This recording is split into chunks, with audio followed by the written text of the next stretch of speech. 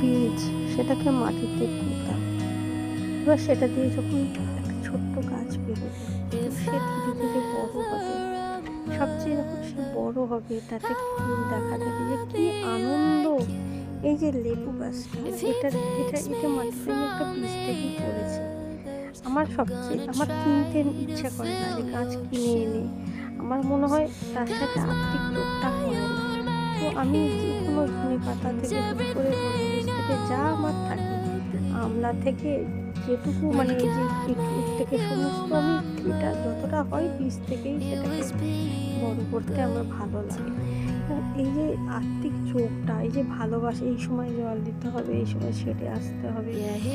আমি বাইরের ফার্টিলাইজার দিই না, কিন্তু যে পেঁয়াজের খোসা দিতে হবে, যে সবজির এইভাবে দিতে হবে, এই যে তার ফসল যখন ওই ফুলটাকে দেখি না, তার জন্য যে না, এটা পরিশ্রম না, এটা এটা আমাদের আনন্দ।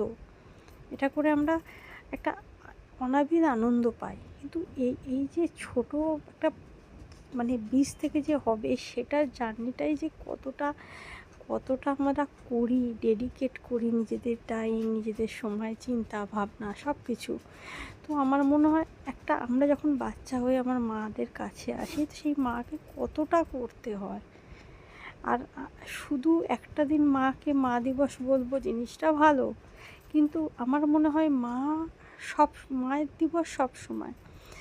কীভাবে বড় হতে হয়, কীভাবে খেতে হয়, কীভাবে পড়তে হয়, কীভাবে চলতে হয়, কীভাবে এই যে বিকালের আলোয় বসতে হয়, কীভাবে সেই সময় খেলতে হয়, আবার সন্ধে হওয়ার আগে ফিরে আসতে হয়, ফিরে পড়তে বসতে হয়।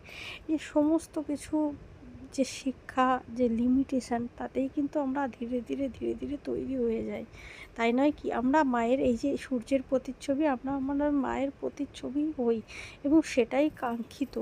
সব সন্তান যদি তার বাবা মার প্রতিচ্ছবি হয়, সেটা মনে হয় কাঙ্ক্ষিত। কারণ বাবা মা কখনো খারাপ হয় না, এটা একদম 100%। দোষ ত্রুটি হয়তো আমরা করে থাকি, কিন্তু খুব কম ওটাই আছে। তো আজকে মা দিবসে এটাই, যে মা আমার প্রত্যেকটা